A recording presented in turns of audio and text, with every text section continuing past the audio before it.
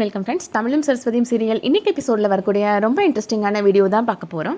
வீடியோவை பார்க்குறதுக்கு முன்னாடி நம்ம சேனலை இன்னும் சப்ஸ்கிரைப் பண்ணலைன்னா சப்ஸ்கிரைப் பண்ணிவிட்டு பெல் ஐக்கானை கிளிக் பண்ணிக்கோங்க. உங்கள் அம்மா அப்பாவை பழி வாங்குறதுக்காக தான் நான் இந்த வீட்டுக்குள்ளே வந்தேன் அப்படின்னு அர்ஜுன் ராகினிகிட்ட சொல்கிறாரு. இப்போ நீங்கள் என்ன லவ் பண்ணது அப்படின்னு கேட்குறாங்க. அதில் ஒரு துளி கூட பொய் கிடையாது ராகினி அப்படின்னு சொல்கிறாரு அர்ஜுன். உன்னோட உண்மையான காதல் என் மனசில் இருந்த பழி வாங்குற குணம் வன்மம் எல்லாத்தையுமே குறைச்சிருச்சு ராகினி அப்படின்னு சொல்கிறாரு. அதனால தான் அந்த கம்பெனியை டெவலப் பண்ணணும் அப்படின்னு நான் ரொம்ப ஹார்ட் ஒர்க் பண்ணினேன். ஒரு யூனிட்டாக இருந்ததை 3 யூனிட்டாக நான் மாற்றினேன் அப்படின்னு சொல்கிறாரு. எனக்கு இந்த உலகத்துலேயே ரொம்ப பிடிச்சது என்னோட அம்மா அப்பா அக்கா தான். ஆனால் அவங்க எல்லாரையும் நீ உன்னோட அன்பால் ஜெயிச்சிட்ட அப்படின்னு சொல்கிறாரு. நீ ஒருத்தி மட்டும் என் கூட இருந்தால் எனக்கு போதும்னு தோணுச்சு. அதனால தான் என்னோட கோபம் எல்லாத்தையுமே என்னை விட்டுட்டேன் அப்படின்னு சொல்கிறாரு. இது என்னோட அப்பாவோட கம்பெனி, இதில் டைரக்டராக ஆகிறதுக்கு கூட நீ தான் சண்டை போட்டு வாங்கி கொடுத்த அப்படின்னு சொல்கிறாரு. இந்த கம்பெனிக்கு நான் சேர்மன் ஆகணும்னு நினச்சேன். அப்போ தான் உங்கள் அம்மா ஒரு போட்டி நடத்துனாங்க அப்படின்னு சொல்கிறாரு. கார்த்தி அதில் பெருசாக இன்ட்ரெஸ்ட் காமிக்கல. ஆனால் தமிழ் சார் என்னை நேரில் வந்து கூட மிரட்டினாரு அப்படின்னு சொல்கிறாரு. அதனால தான் இதில் ஜெயிக்கணும்னு நான் ஒரு திட்டம் போட்டேன் அப்படின்னு சொல்கிறாரு அர்ஜுன். இது எனக்கான உரிமை அப்படின்னு சொல்கிறாரு அர்ஜுன். அன்னைக்கு இளங்கோ வந்து சொன்னது எல்லாமே உண்மைதான். என்னை கத்தியால் குத்துனது தமிழ் சார் கிடையாது அப்படின்னு சொல்கிறாரு அர்ஜுன். நானே தான் ஆளை வச்சு கத்தியால் குத்துனேன் அப்படின்னு சொல்கிறாரு. இப்போ கூட தமிழ் சாருக்கு எந்த அடியும் படாமல் தான் நான் பார்த்துக்கிட்டேன் அப்படின்னு சொல்கிறாரு. எங்கள் மாமா தான் அவசரப்பட்டு தமிழ் சார் மேலே கேஸ் கொடுத்துட்டாரு. அதை கூட நான் மறுநாளே போய் வாபஸ் வாங்கிட்டேன் அப்படின்னு சொல்கிறாரு அர்ஜுன். சேர்மன் போட்டிக்கு நான் தான் தகுதியானவனாக இருந்தேன். ஆனால் அப்போ கூட உங்கள் அம்மா கார்த்தியை தான் சேர்மன் ஆக்கிட்டாங்க அப்படின்னு சொல்கிறாரு. சரி, எனக்கு எந்த பதவியும் வேணாம், எனக்கு நீயும் நம்ம குழந்தையும் மட்டும் போதும் அப்படின்னு தான் நான் வாழலான்னு நினச்சேன். ஆனால் உங்கள் அம்மா என்னை எவ்வளோ அவமானப்படுத்தினாங்கன்னு உனக்கே தெரியும்ல அப்படின்னு சொல்கிறாரு. எங்களோட சொத்து எங்களுக்கு கிடைக்கணும்னு நினச்சேன், அவ்வளோதான். மற்றபடி நான் வேறு எந்த தப்பும் பண்ணலை அப்படின்னு சொல்கிறாரு. என்னோட இடத்துல இருந்து நீ யோசிச்சு பாரு ராகினி, ஏமாத்தினவங்கள பழி வாங்கணும்னு தானே நீ நினைப்ப அப்படின்னு சொல்கிறாரு. ஆனால் நான் எல்லாத்தையுமே மறந்துட்டு உனக்காக வாழணும்னு நினச்சேன் அப்படின்னு சொல்கிறாரு. நீ இப்போ எனக்கு எந்த தண்டனை கொடுத்தாலும் நான் ஏற்றுக்கிறேன், என் மேலே தப்பு இருக்கா நீயே சொல்லு அப்படின்னு கேட்குறாரு அர்ஜுன்.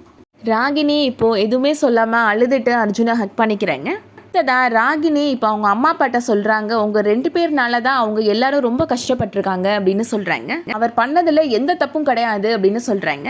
அவன் ஏதோ கதை சொல்லிட்டு இருக்கான், அதை ஏன் நீ நம்பிட்டு இருக்கிற அப்படின்னு கார்த்திக் கோபப்படுறாரு. என்கிட்ட பழகுனது, அதுக்கப்புறம் கம்பெனிக்கு வந்தது, இந்த வீட்டுக்குள்ளே வந்தது, உன்னை கல்யாணம் பண்ணது எல்லாமே பிளான் பண்ணியிருக்கிறான் இவன் அப்படின்னு சொல்கிறாரு கார்த்திக். உங்க சொல்கிற பொய்யெல்லாம் நீ நம்பிட்டு இருக்கிறியா அப்படின்னு கேட்குறாரு. அர்ஜுனோட அம்மா சொல்கிறாங்க, பொய்ன்னு நீ தான்ப்பா சொல்கிற, உன்னோட அம்மா அப்பா அமைதியாக தானே நின்றுட்டு இருக்கிறாங்க அப்படின்னு சொல்கிறாங்க. நடேசன் சொல்கிறாரு, இவங்க சொல்கிறதுல பாதி உண்மை இருக்குது கார்த்தி அப்படின்னு சொல்கிறாரு. இவங்களோட கம்பெனியை நாங்கள் வாங்குறோன்னு வாக்கு கொடுத்தோம், ஆனால் எங்களால் அவ்வளோ பணம் புரட்ட முடியலை அப்படின்னு சொல்கிறாரு. பணத்தை பெரட்டிட்டு போகிறதுக்குள்ளே கம்பெனி ஏலத்துக்கு வந்துருச்சு, நாங்கள் பேங்க் மூலியமாக தான் இவங்க கம்பெனியை வாங்கினோம் அப்படின்னு சொல்கிறாரு. இந்த உண்மையாக அவங்ககிட்ட சொல்லிடலான்னு அர்ஜுனோட அப்பாவை தேடணும், ஆனால் எங்களால் கண்டுபிடிக்க முடியலை அப்படின்னு சொல்கிறாரு. உங்களை பற்றின உண்மை வெளியில் வந்ததும் நீங்கள் நடிக்கிறீங்களா அப்படின்னு அர்ஜுனோட அம்மா கேட்குறாங்க. என்னோட புருஷனும் என்னோட மகனும் இறந்ததுக்கு காரணம் நீங்கள் 2 பேரும் தான் அப்படின்னு சொல்கிறாங்க அர்ஜுனோட அம்மா. இதை கேட்டுட்டு கோதை எதுவும் பேசாமல் அமைதியாகவே நின்றுட்டுருக்குறாங்க. ராகினி சொல்கிறாங்க, பதிலே பேச முடியாமல் நிற்கிறீங்களேப்பா, இதுலேயே தெரியலையா நீங்கள் அவங்களுக்கு எவ்வளோ கொடுமை பண்ணியிருக்கிறீங்கன்னு அப்படின்னு சொல்கிறாங்க. ஏமாத்தணும்னு அவங்க உள்ளே வந்திருக்கிறாங்க, நீ அவன் பண்ண தப்பை நியாயப்படுத்துறியா அப்படின்னு கேட்குறாங்க வசு. அவர் பக்கம் நியாயம் இருக்குது, அவர் இடத்துல யார் இருந்தாலும் இந்த மாதிரி தான் பண்ணியிருப்பாங்க அப்படின்னு ராகினி சொல்கிறாங்க. அம்மா அப்பா சீக்கிரமாக அவங்க பணக்காரங்க ஆகணும் அப்படின்றதுக்காக இந்த அப்பாவி குடும்பத்தை ஏமாத்திருக்கிறாங்க அப்படின்னு சொல்கிறாங்க ராகினி. இது நீ பேசல ராகினி, உன்னை ஏதேதோ சொல்லி ஏமாத்திருக்கிறாங்க அப்படின்னு கோதை சொல்கிறாங்க. தமிழ் தான் கத்தியால் குத்துனா அப்படின்னு நீ கண்ணால் பார்த்ததுனால நம்பினேல, அதுக்கப்புறம் அது பொய்ன்னு உனக்கு தெரிய வந்துச்சுல, அதே மாதிரி தான் இவங்க சொல்கிறதும் பொய் தான் அப்படின்னு சொல்கிறாங்க கோதை. நான் கண்ணால் பார்த்தேன் நம்பினேன், நீங்கள் எதுக்காகம்மா நம்பினீங்க அப்படின்னு ராகினி கேட்குறாங்க.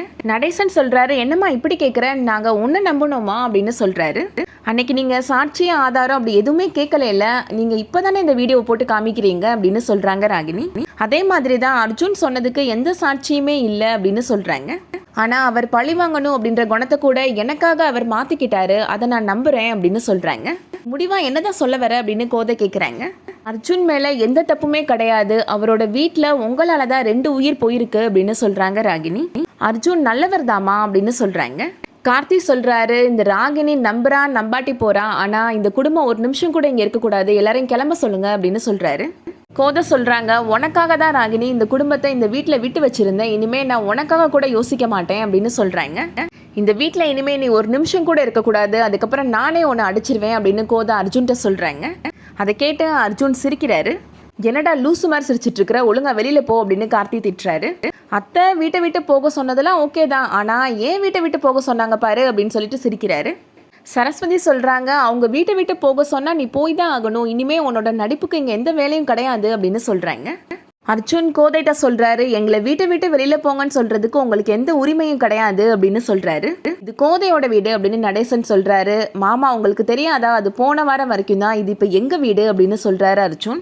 என்னடா உளர்ற அப்படின்னு நடேசன் கேட்குறாரு. நான் உளரலை, இது எங்கள் வீடு, உங்களுக்கு புரியலையா அப்படின்னு கேட்குறாரு. அதை கேட்டு எல்லாரும் ஸ்டன் ஆகி போய் பார்த்துட்ருக்குறாங்க. அதோட இன்னைக்கான எபிசோட் முடியுது. இந்த வீடியோ பிடிச்சிருந்துச்சுன்னா லைக் பண்ணிக்கோங்க. சீரியல் அப்டேட்ஸ்க்கு நம்ம சேனலை சப்ஸ்கிரைப் பண்ணிக்கோங்க. தேங்க்ஸ் ஃபார் வாட்சிங்.